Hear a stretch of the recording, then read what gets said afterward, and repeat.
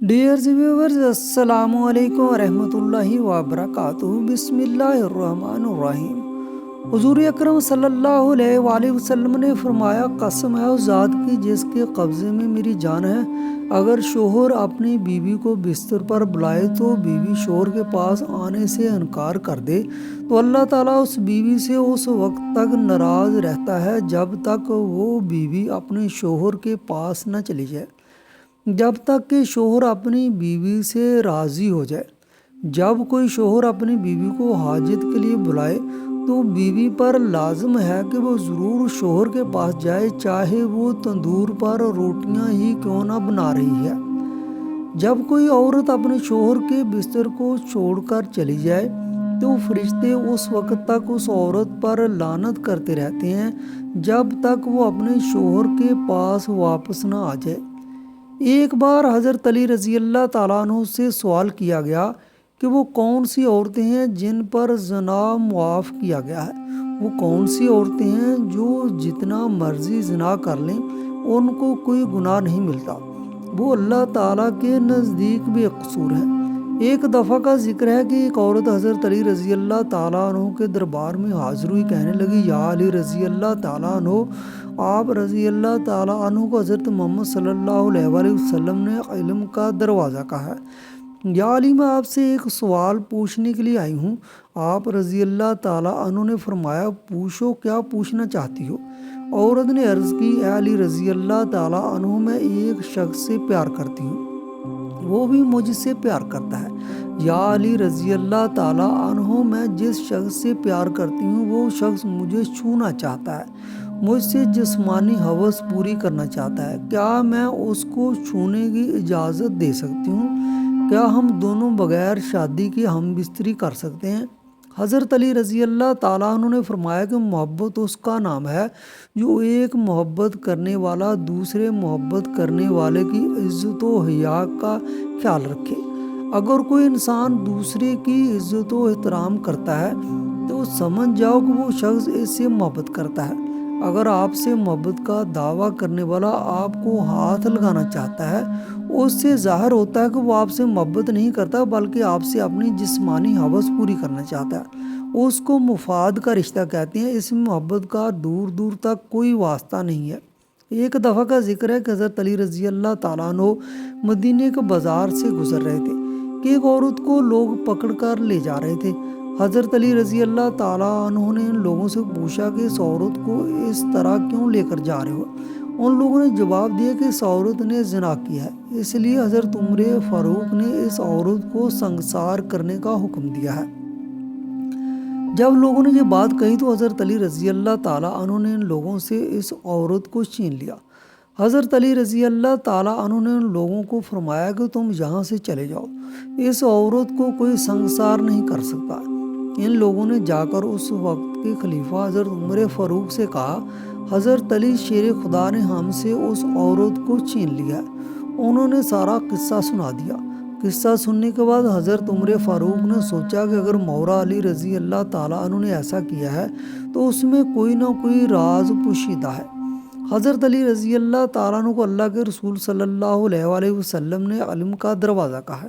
حضرت عمر فاروق رضی اللہ تعالیٰ عنہ نے سوچا کہ اس میں ضرور کوئی نہ کوئی وجہ ہے۔ حضرت عمر فاروق نے اپنے ایک غلام کو حضرت علی رضی اللہ تعالیٰ عنہ کے پاس بھیجا کہ حضرت علی رضی اللہ تعالیٰ عنہ کو بلا کر لاؤ۔ جب حضرت علی رضی اللہ تعالیٰ عنہ آئے تو حضرت عمر نے فرمایا، اے علی رضی اللہ تعالیٰ عنہ، آپ رضی اللہ تعالیٰ عنہ نے ایک زانی عورت کو سنگسار ہونے سے روک دیا، اس میں کیا راز چھپا ہے؟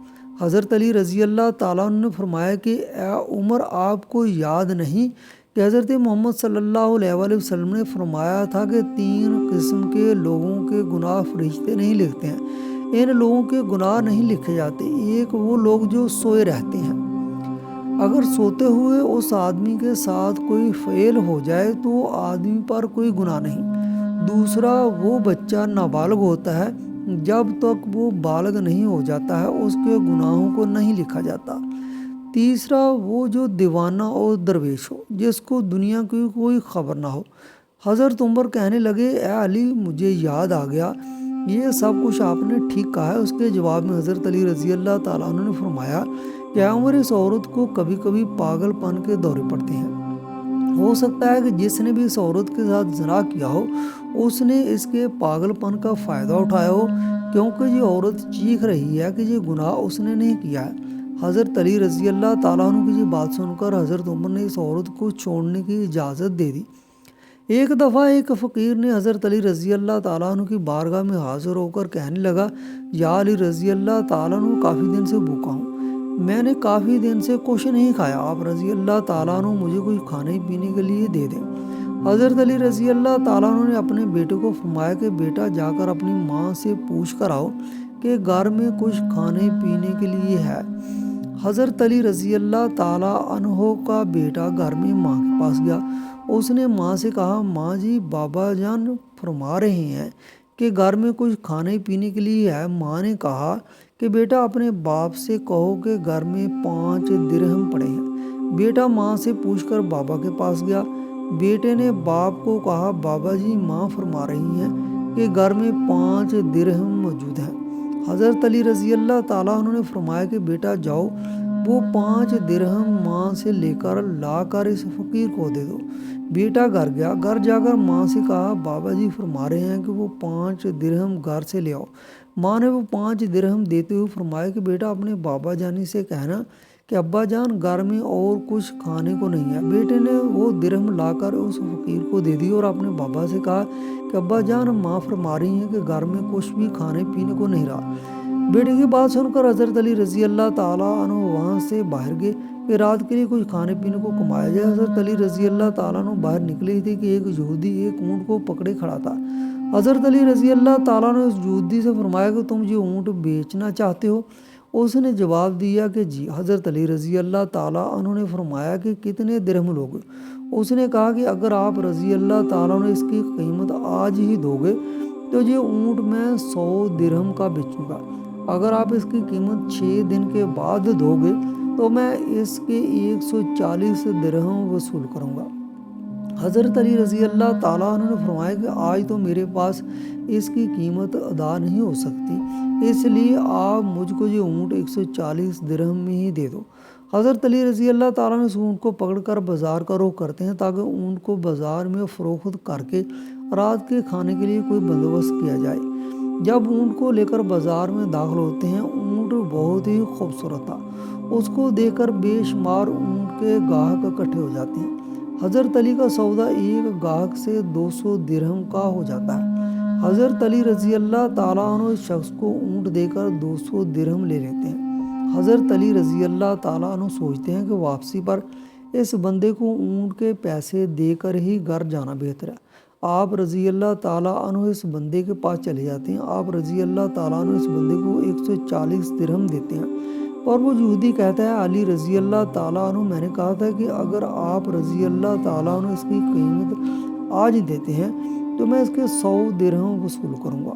آپ رضی اللہ تعالیٰ عنہ نے اس کی قیمت آج ہی وصول کر دی ہے، اس لیے میں اس کی 140 درہم نہیں بلکہ 100 درہم ہی لوں گا۔ حضرت علی رضی اللہ تعالیٰ عنہ اس کو اونٹ کی قیمت دے کر واپس گھر آتے ہیں۔ حضرت علی رضی اللہ تعالیٰ عنہ کی بیوی حضرت فاطمہ سلام اللہ علیہ یہ دیکھ کر حیرت زدہ ہو جاتی ہیں کہ وہ کہتی ہیں کہ گھر میں تو 5 درہم تھے جو آپ رضی اللہ تعالیٰ عنہ کے کہنے پر اس فقیر کو دے دیے تھے، لیکن اب یہ درہم کہاں سے لے آئے ہیں؟ حضرت علی فرمانے لگے، رزق انسان کو اس طرح تلاش کرتا ہے جیسے موت مرنے والے کو تلاش کرتی ہے۔